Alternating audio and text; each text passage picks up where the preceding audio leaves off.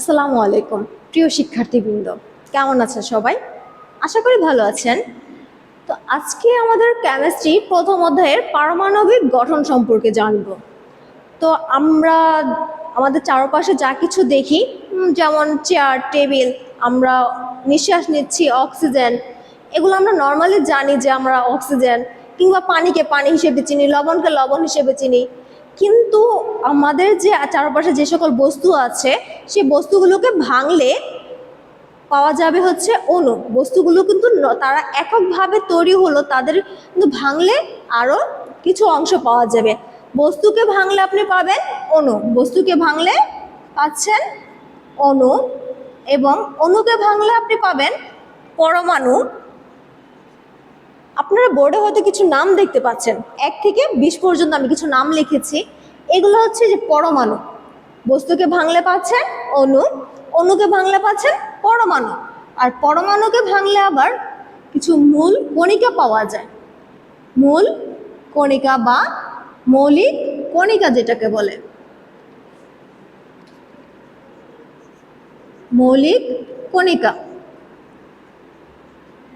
তো দেখেন, নর্মালি আপনি যে পানি খাচ্ছেন, পানিটা কি?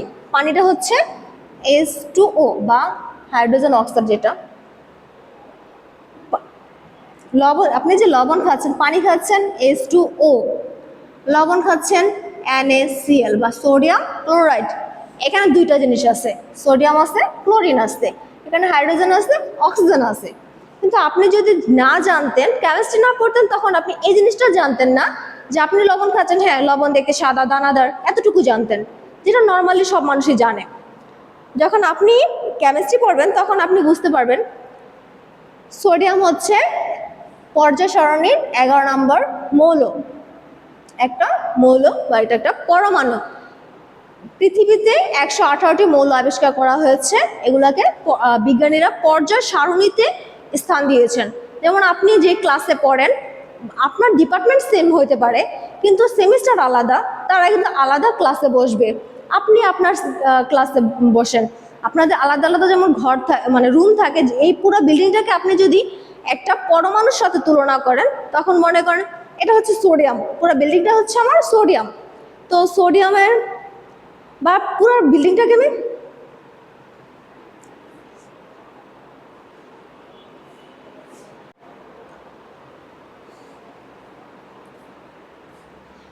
এই যে পুরো বিল্ডিংটা দেখতে পাচ্ছেন, এই কলেজের NIT কলেজের যে বিল্ডিংটা, এটার মধ্যে কিন্তু আলাদা আলাদা ফ্লোর আছে, আলাদা আলাদা রুম আছে। তো আপনার জন্য যে রুমটা বরাদ্দ হয়েছে, আপনি কিন্তু ঠিক সেই রুমটাতে বসেন, আপনি কিন্তু অন্যটাতে বসেন না। তো এখানে সেগুলোর একটা নির্দিষ্ট সিরিয়াল আছে, যেমন আপনার একটা বোর্ড রোল আছে, এই রোল অনুযায়ী বসেন। বা আপনার ক্লাসের যে রোল আছে, রোলটা কি, ধরেন আপনার রোল হচ্ছে 5, আপনাকে ওই 5-এই ডাকা হবে। তো এখানেও 1 থেকে আমাদের 118 পর্যন্ত মৌল আছে, তো সেগুলোতে এতগুলো তো আমাদের মুখস্থ রাখা সম্ভব না, তাই না? তো 1 থেকে আপনাকে এই 20 পর্যন্ত মৌল অন্তত মুখস্থ রাখতেই হবে, অন্তত 1 থেকে 20। তারপরে কিছু কিছু মৌল আছে যেগুলো আমাদের জানতে হয়। তো এখানে এই মৌলগুলোর নাম মুখস্থ রাখার আরেকটা কারণ হচ্ছে ইলেকট্রন বিন্যাস করতে দেওয়া হয়, বা এটার উপর নির্ভর করে আপনি যৌগ তৈরি করতে পারবেন। যৌগটা কিভাবে তৈরি হয়েছে, তার যোজনী কত, সেগুলো আপনি জানতে পারবেন। তো আপনি যখন 1 থেকে 20 পর্যন্ত মৌলগুলো মুখস্থ করবেন, তো সেখানে আপনি বলবেন না যে 1-এ হাইড্রোজেন, 2-এ হিলিয়াম, 3-এ লিথিয়াম, এভাবে না। আপনি পড়েন hydrogen, helium, lithium, beryllium, boron, hydrogen, helium, lithium, beryllium, boron, 5টা পড়লেন। পড়ার পর আপনি আবার অন্য 5টা পড়েন, 6 থেকে 10 পর্যন্ত পড়েন। এখন হইল কয়টা? 10টা। এখন আপনি এই 10টাকে লিখেন, খাতা কয়েকবার লিখেন, লিখে তারপর আবার 5টা পড়েন। এভাবে এভাবে করে আপনাকে মুখস্থ করতে হবে না যে 7-এ কত, ওই 17-তে কত। যখন আপনার মুখস্থ হয়ে যাবে এই 20টা, তখন আপনি নিজেই হয়তো বা একটু প্রথম দিকে গুনতে হবে, তারপর আস্তে আস্তে চর্চা হয়ে যাবে। তো আশা করি মৌলগুলোর নাম আপনারা স্ক্রিনশট দিয়ে রাখবেন, বা আপনাদের বইতেই আছে।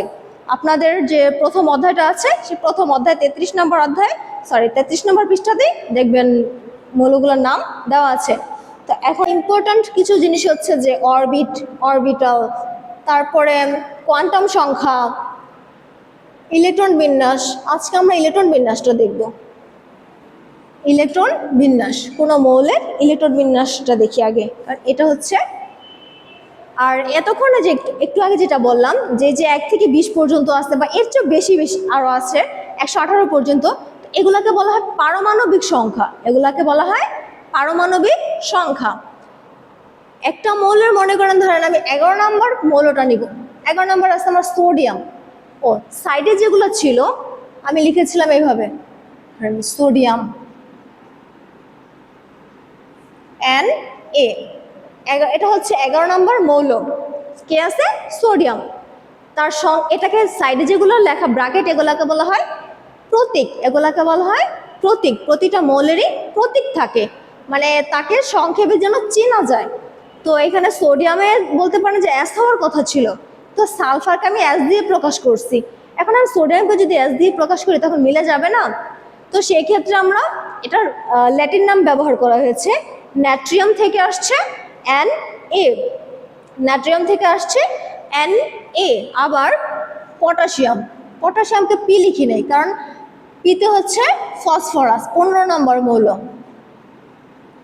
পটাশিয়াম হচ্ছে কে, মানে ক্যালিয়াম।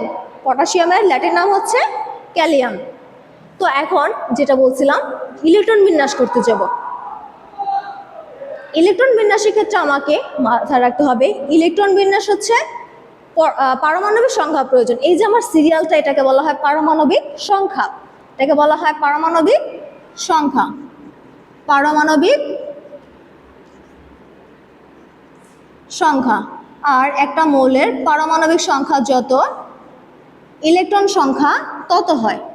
মাঝে মধ্যে পরবর্তীতে যখন যৌগ গঠন করবে তখন ইলেকট্রন কমে বা বাড়ে, সেটা অন্য কথা। কিন্তু আমি যখন পরমাণুর ইলেকট্রন বিন্যাস করব, পারমাণবিক সংখ্যা যত, ইলেকট্রন সংখ্যা তত। এমনকি প্রোটন সংখ্যাও তত, প্রোটন সংখ্যা ততই।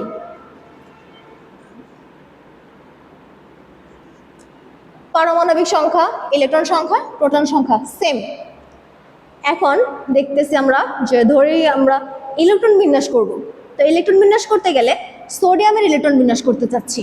সোডিয়ামের ইলেকট্রন বিন্যাস করতে গেলে সোডিয়ামের পারমাণবিক সংখ্যা কত? 11। তাহলে ইলেকট্রন সংখ্যা কত হবে? অবশ্যই 11। এখন বুঝতে পারতেছেন না যে ইলেকট্রন সংখ্যাটা কি? কিছুক্ষণ আগে বলেছিলাম একটা পরমাণুকে ভাঙলে, একটা বস্তুকে ভাঙলে অণু পাওয়া যায়, অণুকে ভাঙলে পরমাণু পাওয়া যায়, পরমাণুকে ভাঙলে যে মৌলিক কণিকা পাওয়া যায় তার মধ্যে আছে স্থায়ী মৌলিক কণিকা, অস্থায়ী মৌলিক কণিকা। ইম্পর্ট্যান্ট হচ্ছে আমাদের স্থায়ী মৌলিক কণিকা। স্থায়ী মৌলিক কণিকাগুলো হলো ইলেকট্রন, প্রোটন এবং নিউট্রন। ইলেকট্রন, প্রোটন এবং নিউট্রন। ধরেন একটা পরমাণু, এটা হচ্ছে সোডিয়াম, একটা নিউক্লিয়াস থাকবে, মানে কেন্দ্র। সোডিয়ামের কেন্দ্র থাকবে নিউক্লিয়াস। নিউক্লিয়াসের ভিতরে থাকবে প্রোটন। প্রোটন বলতে এই যে পারমাণবিক সংখ্যা যত, ইলেকট্রন সংখ্যা তত, প্রোটন সংখ্যা তত আমরা বলছি। তাই প্রোটন সংখ্যাগুলো মাঝে থাকে। প্রোটন সংখ্যা হচ্ছে ধনাত্মক, কিন্তু ইলেকট্রন সংখ্যা হচ্ছে কত? একই, কিন্তু 11ই। ইলেকট্রন সংখ্যা 11। সেই 11টা ইলেকট্রন কি করবো? চারদিকে ঘুরবো, চারদিকে ঘুরবো। এখন দেখেন ঘর আমি 3টা নিছি, কেন নিয়েছি সেটা একটু পরে বলতেছি। তো এখন যে 11টা ইলেকট্রন চারদিকে ঘুরবে সেটা আমি দেখাচ্ছি। ধরেন আমি পুরো আমাদের যে বিল্ডিংটা, এনআইটির যে বিল্ডিংটা, এটাকে আমি ধরলাম পুরো পরমাণু মডেলটা। পরমাণু মডেলটা ধরলে প্রথমে ধরেন first floor, second floor, third floor. প্রতিটা ফ্লোরে কি আছে? আবার রুম আছে না? এখন ইলেকট্রন কি করবে এখানে? এক্ষেত্রে আপনার যে এই ফ্লোরগুলোতে যাওয়ার নিয়ম হচ্ছে ফার্স্ট ফ্লোরে একটা রুম, সেকেন্ড ফ্লোরে 2টা রুম, 2s 2p, থার্ড ফ্লোরে 3টা রুম, 3d। ফার্স্ট ফ্লোরে যখন সে যাবে তখন কয়টা যাবে তারও তো কথা আছে। প্রতিটা রুমে সর্বোচ্চ 2জন করে থাকতে পারে। প্রতিটা রুমে কয়জন করে থাকতে পারে? 2টা করে, 2জন করে, মানে 2টা করে ইলেকট্রন থাকতে পারবে। তো এখানে কয়জন যেতে পারবে? 2জন। 2জন যেতে পারলে এসে, তাহলে এসে যাচ্ছে কয়টা? এসে ইলেকট্রন যাবে 2টা, পিতে যাবে দুইটা, তাই না? না, দুইটা না, পিতে যাবে 6টা, কারণ পি একটা, পিতে এখানে ঘর আছে, আবার মনে করেন ঘর একটা, কিন্তু সেখানে আবার খাট আছে ধরেন আলাদা আলাদা মেসের মতো মনে করেন যদি, তো এখানে আবার খাট মনে করেন আছে কিছু, দুইটা, প্রতিটা খাটে 3টা খাট আছে, পিতে খাট থাকে 3টা, তো সেখানে প্রতিটা খাটে 2জন করে যায়, তো তখন 2জন করে গেলে 3 দুগুণে কত হয়? 6। ডিতে যাবে 10টা, এফে যাবে 14টা। তো এখানে এই যে এস, পি, ডি, এফ লিখলাম, আবার 1 2 3 লিখলাম। এটা কেন? এটা হচ্ছে যে 1 2 3 এগুলো হচ্ছে আমার first floor, second floor, third floor, আর এস, পি, ডি এগুলো হচ্ছে রুম নাম্বার। ধরেন 701, 803 এরকম রুম নাম্বার থাকে না, এটা হচ্ছে room number, 3S, 3P number room, 3D number room, এরকম। তো এখানে আমি যখন সোডিয়ামটাকে ইলেকট্রন বিন্যাস করব, Na সোডিয়াম কত? 11। ফার্স্টে প্রথম ফ্লোরে আমার 1s ফ্লোরে ইলেকট্রন যেতে পারে কয়টা? 2টা, নিলাম আমি 2টা। তারপরে আসবে, সে তো 2টাই নিতে পারে সর্বোচ্চ, তার বেশি তো নিতে পারে না, তাহলে ইলেকট্রনগুলো পরেগুলো কোথায় যাবে? পরেগুলো যাবে পরের রুমে, 2sa, এসেও কিন্তু আবার 2টাই যেতে পারে, বেশি যেতে পারবে না। 2pতে কয়টা যেতে পারে? 6টা। এখন কয়টা ইলেকট্রন হয়েছে দেখেন তো, 2 2 4 আর 6 10, কিন্তু আমার ইলেকট্রন আছে কয়টা? 11টা, আরও একটা বাকি থেকে যায় না? তাহলে পরে 1s 2s 2p 3s, তার মানে আমাদের পরের ইলেকট্রনটা যাচ্ছে কোথায়? 3s-এ। এখন দেখেন প্রথম ঘরে কয়টা ইলেকট্রন? 2টা। দ্বিতীয় ঘরে কয়টা ইলেকট্রন? 6 আর 2 8, তৃতীয় ঘরে 1টা। এবার আমরা যদি এই ডায়াগ্রামের মধ্যে সাজাই, তো এটা আমার সোডিয়ামের যে নিউক্লিয়াস, তারপরে যে ঘরগুলো আছে এগুলাকে বলা হয় কক্ষপথ বা অরবিট। কক্ষপথ বা প্রধান শক্তি স্তর বা অরবিট বলা হয়। তো এই কক্ষপথ বা অরবিটের ভিতরে প্রথমে ছিল কয়টা ইলেকট্রন? 2টা, প্রথম ঘরে 2টা, আমি দিলাম 2টা। দ্বিতীয় ঘরে কয়টা?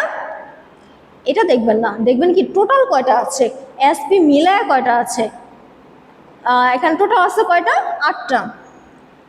তো 8টাকে প্রথম আপনি একটা করে সাজান, একটা করে সাজাইলেন, মানে 4টা নিলেন, নিয়ে ওর ঘরে আবার এসে যে ছিল 2টা মনে করেন, পি এর এখানে 2টা নিলেন, এখানে 2টা, এখানে 2টা, হইল কয়টা আমাদের? 8টা, সরি 10টা। আর একটা বাকি থেকে যায় না, এটা নিলাম আমরা এখানে। এটা হচ্ছে আমাদের সোডিয়ামের ডায়াগ্রাম, মানে কিভাবে ঘুরতেছে ইলেকট্রনগুলো, কিভাবে ঘুরতেছে। এটা হলো পরমাণু। কিছুক্ষণ আগে বলেছিলাম যে লবণ যে আমরা খাই সোডিয়াম ক্লোরাইড, সেই সোডিয়াম ক্লোরাইড লবণের সোডিয়াম কিন্তু এই সোডিয়ামটা কিভাবে ইলেকট্রন বিন্যাস হয় সেটা দেখালাম। যে সোডিয়ামের পারমাণবিক সংখ্যা কত? 11, তার মানে তার ইলেকট্রন সংখ্যা কত? 11। এটা কিভাবে যাবে? প্রথমে যাবে 1s এর ঘরে, তারপরে যাবে 2s এর ঘরে, তারপর যাবে 2p এর ঘরে, 3s 3p 3d, এভাবে যাবে। আবার মনে করেন আমরা ক্লোরিনকে যদি করি, ক্লোরিন হচ্ছে 17, ক্লোরিন কত? 17 নম্বর মৌল। তো যদি 17 নম্বর মৌল হয় তাহলে আমি ওই এরকমভাবে করি, 1s 2 2s 2, কয়টা আছে? 4টা, আমার আরও লাগবে 13টা। তো 2p, যতক্ষণ না আমার শেষ হবে ইলেকট্রন ততক্ষণ পর্যন্ত আমরা যেতে থাকবো। 2p 6, কয়টা হয়েছে? 10টা। 3s 2 10 11 12, তাহলে 3p 5, হয়ে গেল কয়টা? 17টা। আবার ধরি আমরা অক্সিজেন করব, যেটা আমরা নিঃশ্বাস নিচ্ছি, সেটা আমরা উদ্ভিদ থেকে কি গ্রহণ করি? অক্সিজেন। আর আমরা যে ত্যাগ করি সেটা কি? Carbon die oxide. কার্বন, 2টা অক্সিজেন হয়েছে, তো কার্বন ডাই অক্সাইড।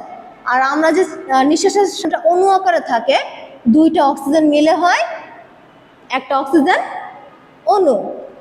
তো অক্সিজেন যদি আমরা ইলেকট্রন বিন্যাস দেখাই, অক্সিজেন হচ্ছে 8 নাম্বার মৌল। তো 8 নাম্বার মৌল হয়তো তার ইলেকট্রন সংখ্যা কত হবে? 8 হবে।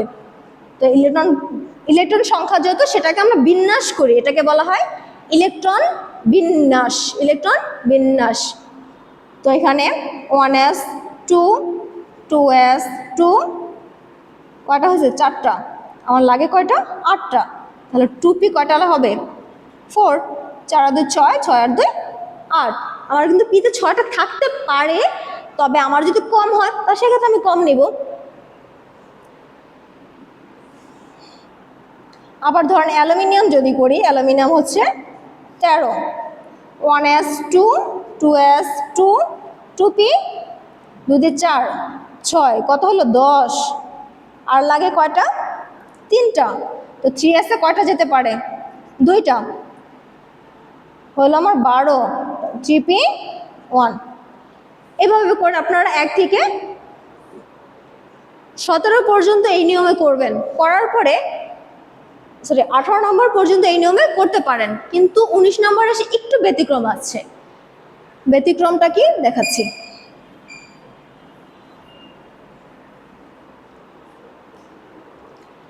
19-এ যে পটাশিয়াম, যখন পটাশিয়ামকে আমরা ইলেকট্রন বিন্যাস করতে যাব, ধরুন 1s 2 2s 2 2p 6 3s 2, কয়টা হয়েছে? 4 আর 2 6 6 6, সরি, কয়টা হয়েছে? 2 দিয়ে 4 আর 6 10 আর 2 12। আমাদের লাগতেছে কয়টা? আরও 7টা লাগবে। তো 7টা লাগলে 3p-তে যাবে। এখন 3p-তে 6টা, 4s 4p 4d 4f পর্যন্ত যায়। তো এখানে আমার হলো এখন 18টা হয়েছে। এখন কথা হচ্ছে আমার 3p এর পরে কত? 3d। তার মানে আরেকটা ইলেকট্রন আমার নিশ্চিন্তে 3d-তে যাবে, তাই না? না, 3d-তে যাবে না, সে আগে 4s-এ যাবে। কোথায় যাবে? 4s-এ। এখন কথা হচ্ছে, আপনি বলবেন যে কেন, আমার তো এটা 3rd ফ্লোর, তার মানে আমার 3rd ফ্লোরে আগে ইলেকট্রনটা যাওয়ার কথা। কিন্তু সে 3rd ফ্লোরে ইলেকট্রনটা আগে যাবে না, কারণ সে আগে সেখানেই যাবে যেখানে নিম্ন শক্তির স্তর। নিম্ন শক্তি স্তর মানে ধরেন আপনি উঠতেছেন, উঠতে উঠতে এই যে আমরা এখন আসছি কোথায়? 804 নম্বর রুমে। তো এখন আমি যদি ধরেন উঠতেছি, উঠতে উঠতে আমার 801 নম্বর রুম সামনে, কিন্তু 815 নম্বর রুম আমার আরও অনেকটা দূরে। তারপর আমি একটা সিঁড়ি পার হলে আমি 901 নম্বর রুমে যেতে পারতেছি যতটা তাড়াতাড়ি, 815 নম্বর রুম আমার ততটা দেরি হচ্ছে। তখন আমি কি করব? আগে 901-এ যাব? 901-এ যাওয়াটা আমার জন্য কম শক্তির হবে না ইয়েটা 815-তে যাওয়াটা বেশি কম শক্তির হবে? অবশ্যই 901-এ। তো আমি সিঁড়ি পার হয়ে 901-এ যাব, কিন্তু 815-তে যাব না, কারণ এখানে আমার বেশি শক্তি খরচ হবে। তো এখানে ব্যাপারটা এরকম যে সে 3d-তে যখন যাবে না 4s-এ যাবে আগে। ধরেন 3d নিয়ে কাজ করি আমরা।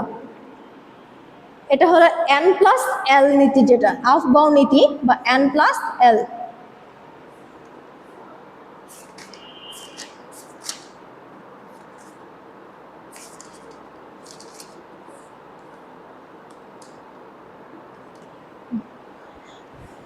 আমাদের যে আফবাউ নীতি আছে, সে আফবাউ নীতিটা হলো যে n+l এর মান যার বেশি সে উচ্চ শক্তির স্তর, আর উচ্চ শক্তির স্তরে ইলেকট্রন পরে প্রবেশ করে, আগে প্রবেশ করবে নিম্ন শক্তির স্তরে। তো এখানে আমরা n+l করব। n কে l কে, এখন কথা হচ্ছে n কে আর lটা কে। l হচ্ছে এই যে spdf, এগুলো হচ্ছে l। spdf কে l সহকারী কোয়ান্টাম সংখ্যা বলা হয়। কোয়ান্টাম সংখ্যা যখন পড়াবো তখন জানবেন। তো এখন আপাতত আমরা কোয়ান্টাম সংখ্যা যাচ্ছি না, যেহেতু অবশ্য পড়ানো আগের দরকার ছিল আমার, তো তবু আমি ওটা স্কিপ করে রাখছি। আগে আমি ইলেকট্রন বিন্যাসটা পড়াচ্ছি আজকে। তো এখন আপাতত জানেন আপনার সহকারী কোয়ান্টাম সংখ্যাকে বলা হয়, যে ইয়াগুলো আছে l s p d f। বা অরবিটাল বলা হয় এগুলাকে, অরবিটাল, অরবিটাল বা সহকারী কোয়ান্টাম সংখ্যা। আর এই যে 1 2 3 4 এগুলো হচ্ছে কোয়ান্টাম, প্রধান কোয়ান্টাম সংখ্যা, প্রধান কোয়ান্টাম সংখ্যা 1 2 3 4 এগুলা কি প্রধান কোয়ান্টাম সংখ্যা। প্রধান কোয়ান্টাম সংখ্যা হলো 1 2 3, মানে n দিয়ে প্রকাশ করে, ন্যাচারাল নাম্বার n দিয়ে প্রকাশ করে। এখন 3d এর ক্ষেত্রে n কত? 3d এর ক্ষেত্রে n এর মান হচ্ছে 3, l এর মান কত? এখন বলবেন l তো আমার এই যে 2 6 10 14 এটা না, এটা হচ্ছে ইলেকট্রন সংখ্যা। এটা কি ইলেকট্রন সংখ্যা, যে s এ কয়টা ইলেকট্রন থাকতে পারে? 2টা, p তে কয়টা? 6টা, d তে কয়টা? 10টা, f এ কয়টা? 14টা।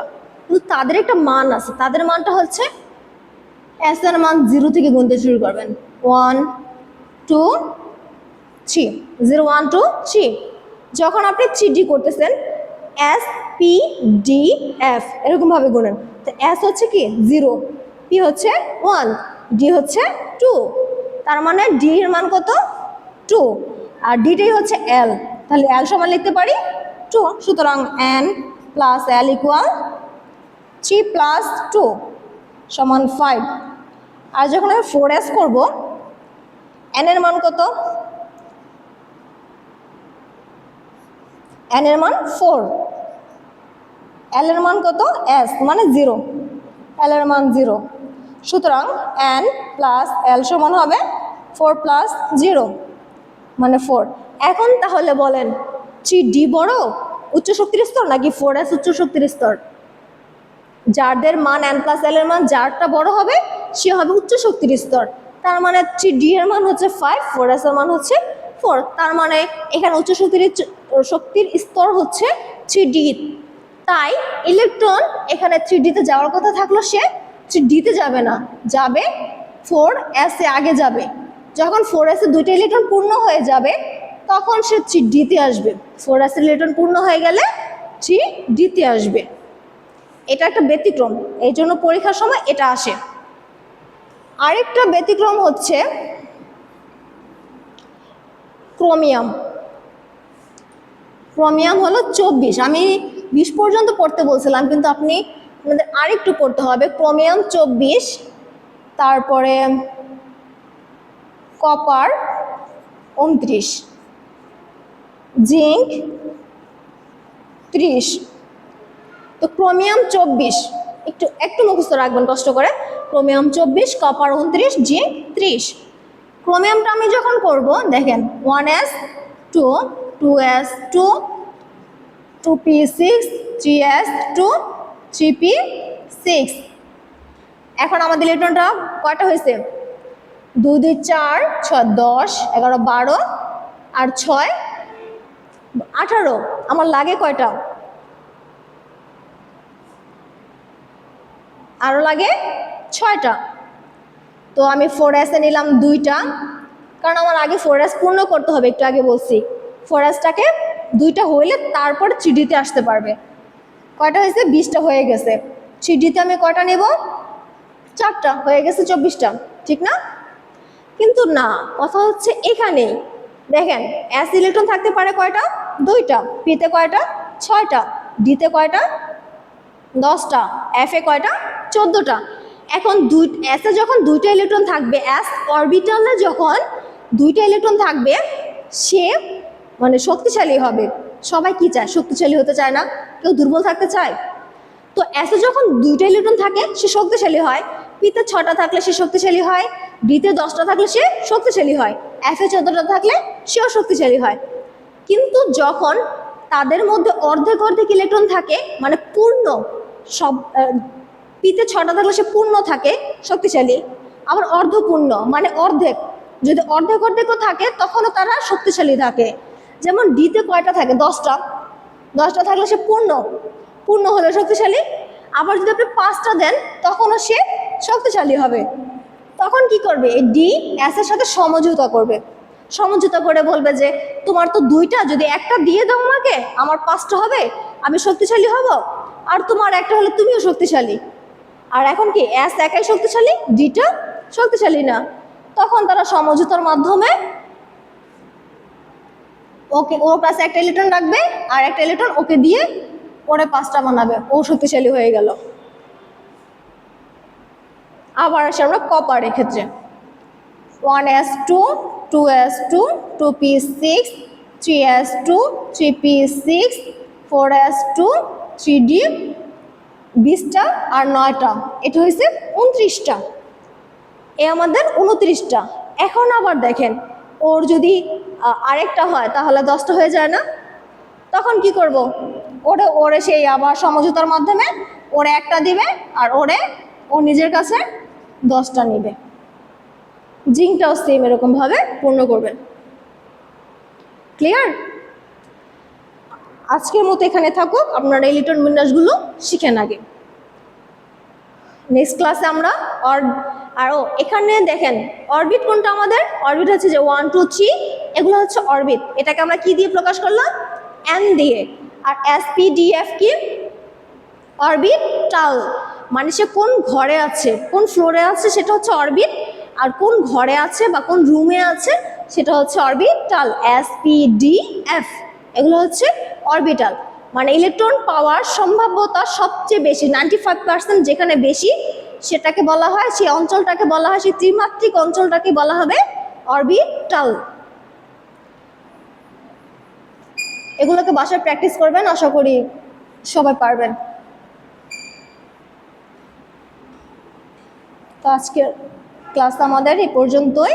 আমরা ইলেকট্রন বিন্যাসটা ভালো করে শিখলে নেক্সট ক্লাসে আমরা যে আমাদের ইয়াটা আছে অরবিট কাকে বলে, অরবিটাল কাকে বলে, আর অরবিটালের পার্থক্য, মৌলিক কণিকা, কোয়ান্টাম সংখ্যা, সেগুলো আমরা শিখবো। তো আপাতত আমরা যে আছে আমাদের ইলেকট্রন বিন্যাসগুলো আছে, ইলেকট্রন আগে পরমাণুর নামগুলো মুখস্থ করব, তারপর ইলেকট্রন বিন্যাসটা করব, তাহলে দেখা যাবে আমাদের পরবর্তীতে যৌগ তৈরি করতেও অনেকটা সুবিধা হবে। ধন্যবাদ সবাইকে।